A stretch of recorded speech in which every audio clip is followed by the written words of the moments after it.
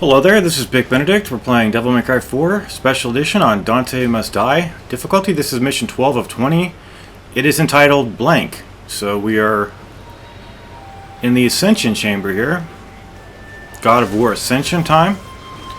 And I couldn't resist that. It's so dumb of a joke, but we're dealing with some scarecrows, and I believe this is a forced fight. But once you clear it, you can skip it every single time. No, maybe it isn't forced.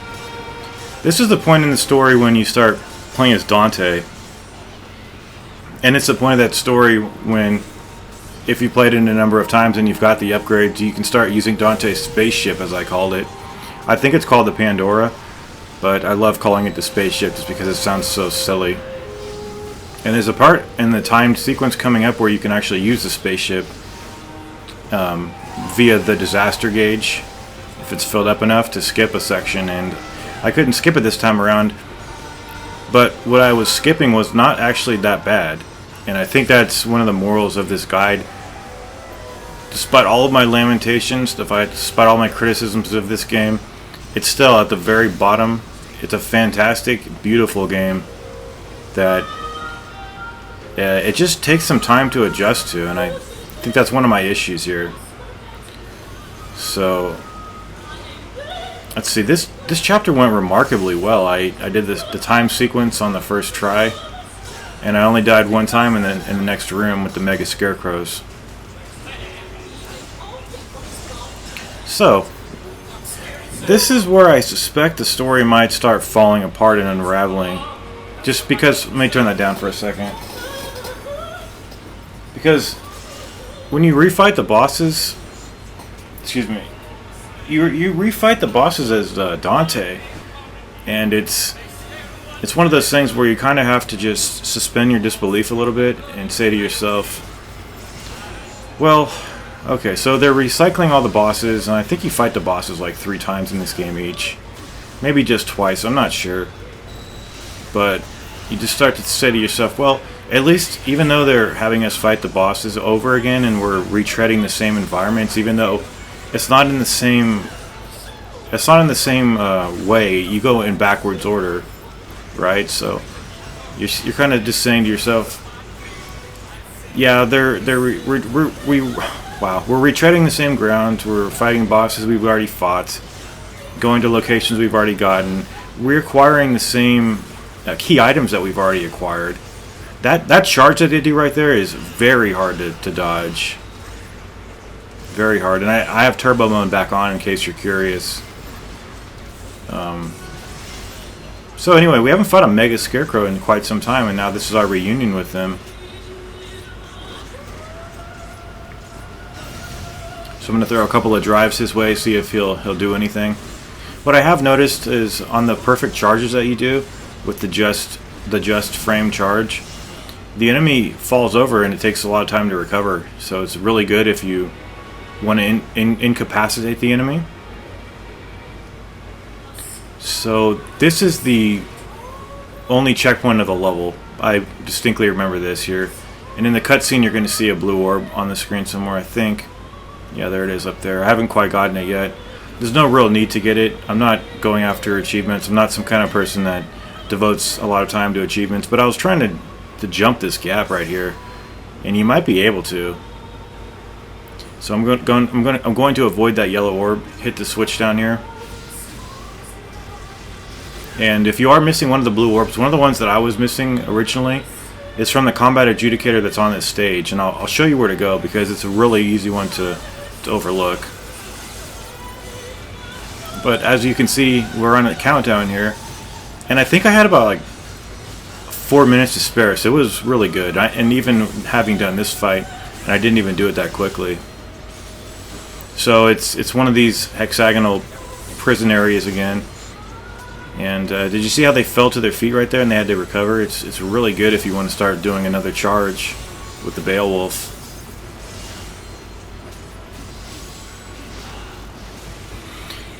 Anyway, so I'm having a tough time doing that level 3 charge because it takes a really long time to do it, and there's no way to expedite it. You have to have the enemy incapacitated, or you just have to get kind of lucky.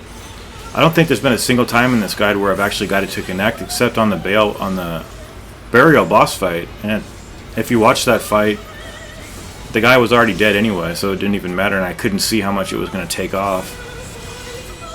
But there does exist a level 3 charge with the forward strike, hold Y,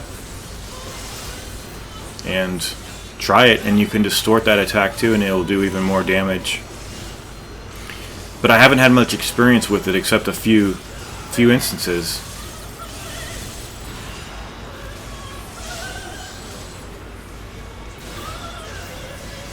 So this is chapter 12, and what I was saying about how this story kind of unravels, it's just the fact that since this is just a really streamlined process of having this same character for the entire game, it's harder to suspend my disbelief that, you know, we're doing something different, even though when we're doing something that is extremely similar to what we've already done before.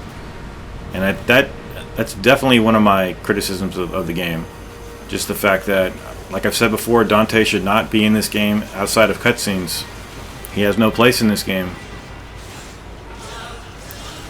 I don't know. I'm just a Nero purist. I've remarked that again. Also, I think I have like 20 videos that are private right now. I realized that somebody was asking he's a great supporter. If you're listening, buddy, he's a great supporter. I think his name is Heyo or something on Twitter. I don't know what his handle on YouTube is, but the guy goes out of his way. He goes out of his way to share my videos on Twitter. He doesn't have to. He does it because he wants to, and because he supports the channel. I just want to give him a moment to have some recognition, because I really appreciate that. Anybody who goes out of the way to support the channel, and I apologize if I've been a little hardened on these videos. I have been taking a lot of my frustrations out on this game. I have a family member, like I mentioned before, is having some problems, and he or she, it's the fact that they have to have their wound cleaned, and it has to be cleaned twice a day. So I'm gonna have to take them to the doctor twice a day, and I'm not mad about that. I'm just mad that it had to come to pass, and it's just kind of the injustice of the whole situation. It's just irritating me and causing me to get affected. And I've just been taking my anger out on this game. So I think I get hit over here. See, nobody's perfect. A couple of people have also been saying that they really like the live commentary, and they're really getting entertained by everything. And you know, they said you might want to look into being an entertainer. And they were listing a couple of well-known personas on YouTube. Namely, I think one of them was Rad Brad, one of them was PewDiePie, the other one was someone named Markiplier.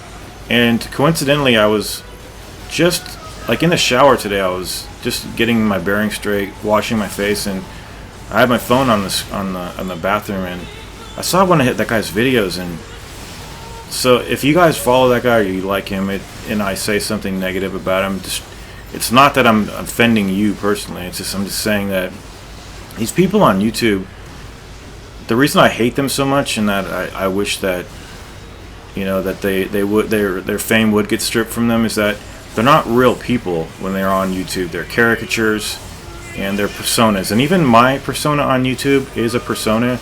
It's not exactly who I am, but it's not as though I am acting in a marked way that's different to how I am in real life. I mean, obviously I'm not out in public screaming and getting mad and stuff, and I don't really scream. It's just that I do kind of get mad, but I keep it to myself. So I don't have any respect for people that I understand why they do it, because it's a business at the end of the day. I know that, but I don't subscribe to their channels. I think that the only one that's even somewhat like I'll give him a pass is the Rad Brad, because that guy, he's not annoying. He's just some guy playing a game, and yes, he lives a cushy life probably, and he got like 4.5 million subscribers. The bottom line for me is that if you are, what happened here? Oh, this was kind of weird. I don't like people who are shells of themselves. I don't like people who can't be themselves and have to be caricatures of themselves on YouTube.